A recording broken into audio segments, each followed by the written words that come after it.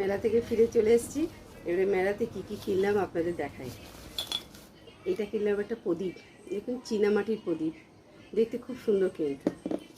আর এটা তার সঙ্গে একটা ম্যাচিং করা ধূপদানি, এই ধূপদানিটাও চীনামাটির, দেখতে বেশ খুব সুন্দর। আর দুটো একসঙ্গে বেশ ভালো লাগছিলো দেখতে, কিন্তু দাম বেশি নয়। এটার দাম 50 টাকা নিল, আর এটার দাম নিয়েছে 20 টাকা। আর কিনলাম এটা, আমার অনেকদিন ধরেই ভাবছিলাম কিনবো, কারণ আমার কাছে আছে অ্যালুমিনিয়ামের।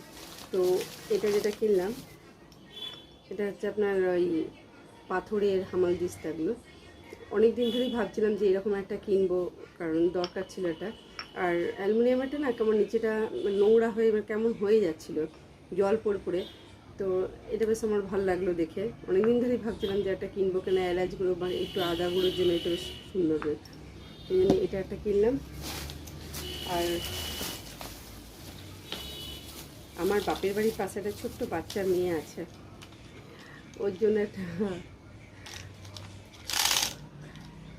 কোথা থেকে কী হয়ে গেছে,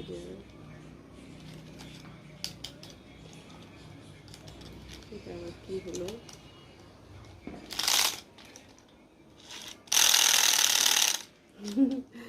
বাচ্চা দেখলে দেখতে খুব ভালো লাগে। যখন আমার ছেলে ছোট ছিল এগুলো খুবই কিনতাম, আর আমার কিন্তু এগুলো খুব ভালো লাগতো দেখতে। কিন্তু এখনও বড় হয়ে গেছে, এখন ওর জন্য আর কিনতে পারি না। কিন্তু চোখ ভালো, বাচ্চা ছোট দেখলে বেশ ভালো লাগে।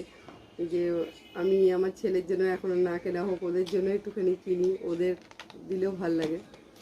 আর এটা বাড়ির জন্য তো হ্যাঙ্গার, এটা আমার হাজব্যান্ড নিল শার্পনার।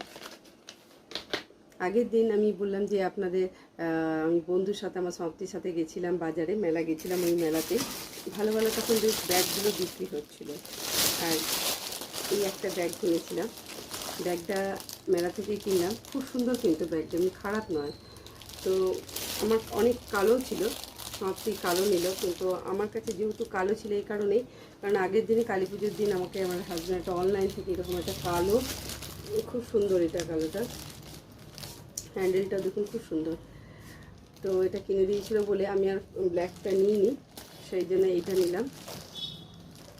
বেশ আমার খুব পছন্দ হয়েছিল। আপনাদের কেমন লাগলো আমার কেনাকাটা জানাবেন।